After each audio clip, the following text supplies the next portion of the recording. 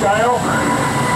You're going to want to get your cameras and video cameras out for this because he shoots way higher than the tower. You're going to get toasty up here in a minute. Let's face it, Mark, I don't think anybody has video cameras anymore. It's all on their phones. Well, you know what I mean.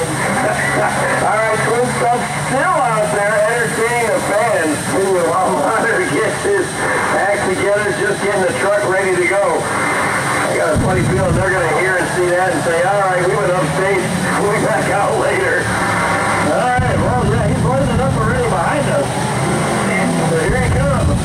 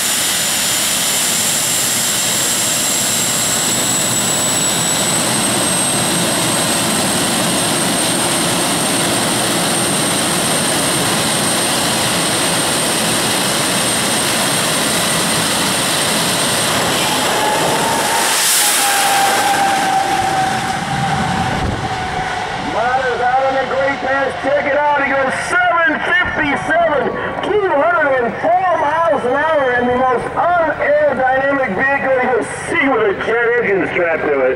How about that? He started the watermarks on Prairie. We can see where the track is charted. He was burning the pavement in that thing.